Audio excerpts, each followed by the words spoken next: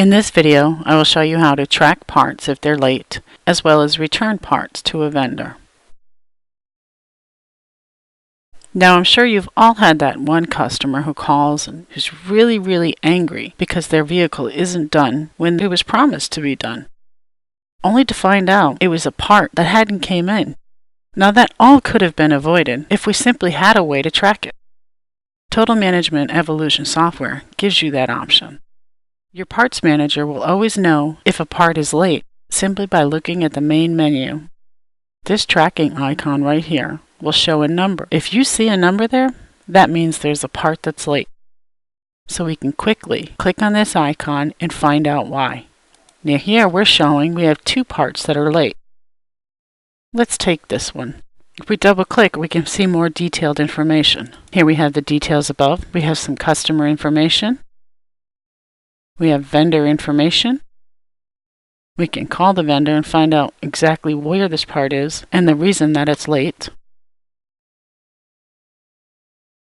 Now, unfortunately, this particular customer doesn't have a customer telephone number here, so we would have to go over to our service writer and find some other way to get in touch with our customer. In most cases, we'll have a telephone number here, but this is demonstration, so they didn't enter a phone number. Let's say we've called the vendor. Vendor says it's on the truck. It will be here today. Check the box, write a quick note, part will be in today. Let's say I called the customer as well. Check today, made apology to customer, assured part would arrive today.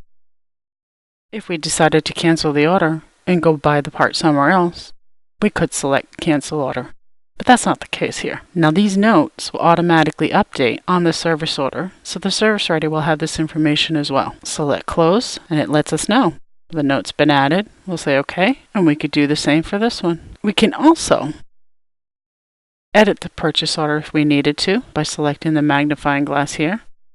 We could view the PO, or let's say in most cases the part's already here, it just hasn't been received yet.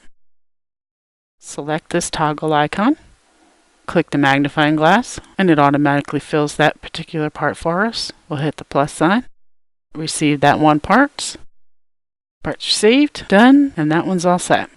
And we're still waiting on that one, so we're still going to see that one until that other part is received later today. Now let me show you how to return a part.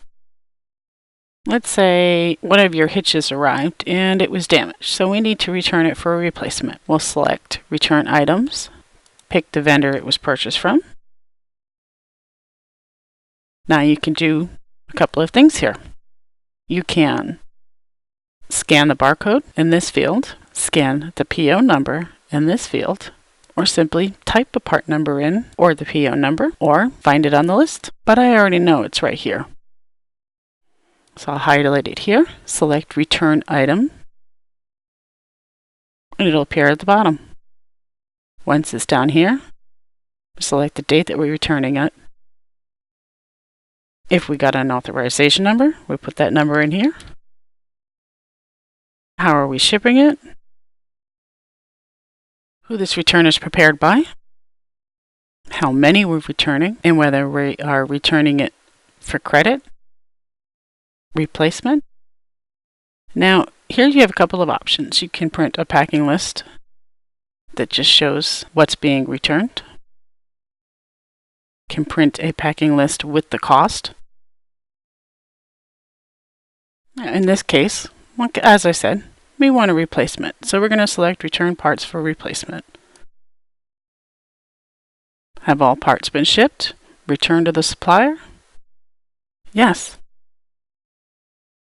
Parts have been returned, and that automatically updates your inventory for you as well.